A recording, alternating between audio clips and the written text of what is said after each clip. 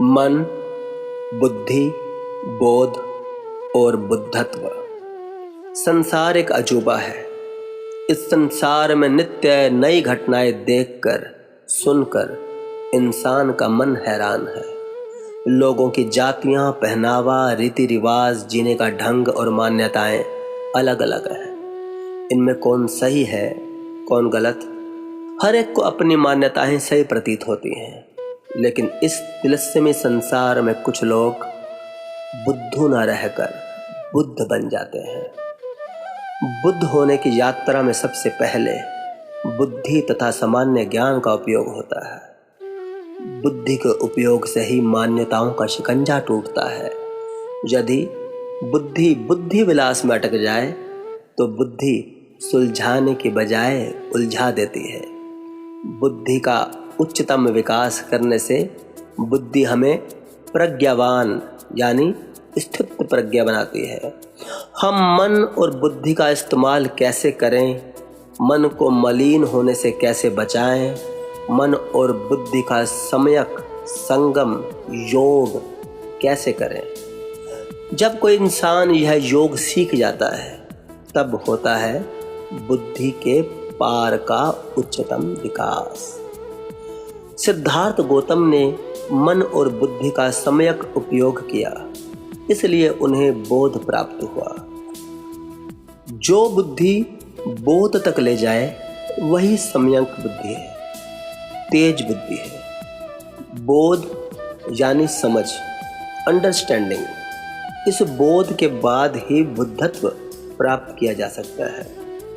बुद्ध कोई नाम या उपनाम नहीं है, बल्कि बुद्ध नाम है उस अवस्था का जहां इंसान यह जान गया है कि वह कौन है।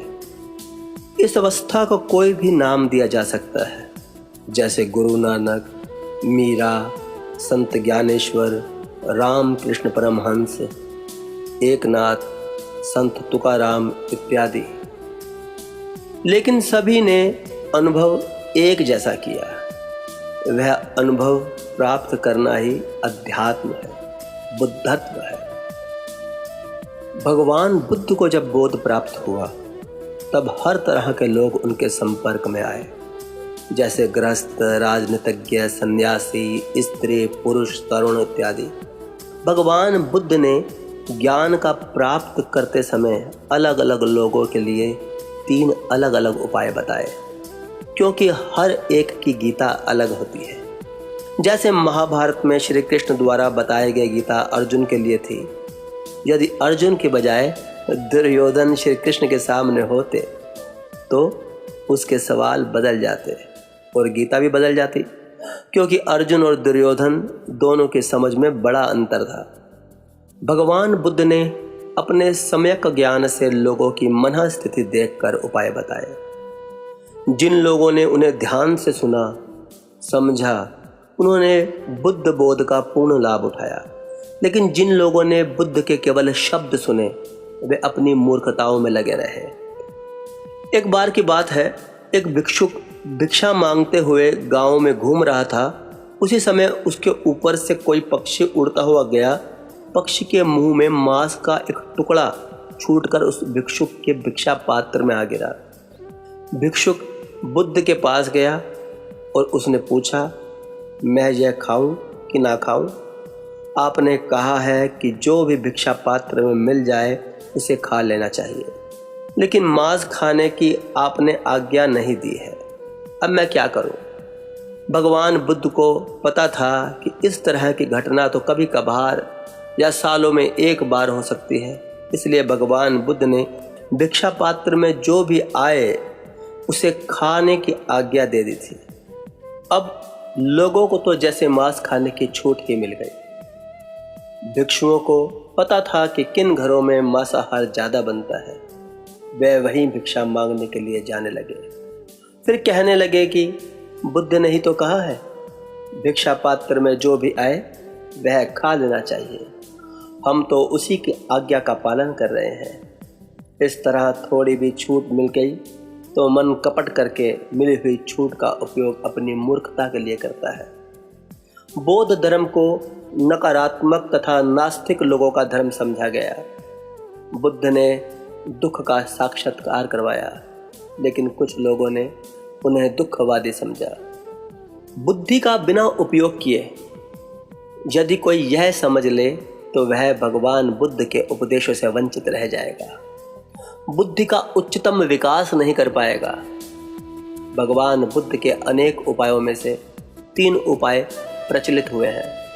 आइए इस पुस्तक द्वारा उन उपायों के बारे में जानें, अपनी बुद्धि का सम्यक उपयोग करें और यह पुस्तक खुले मन से सुनें।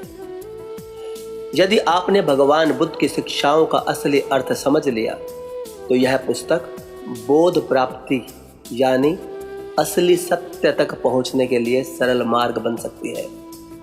यदि मुख्य किरदारों के रूप में दी गई भगवान बुद्ध की जीवनी को पढ़ते हुए उनमें छिपे संकेतों को भी आपको पकड़ना है।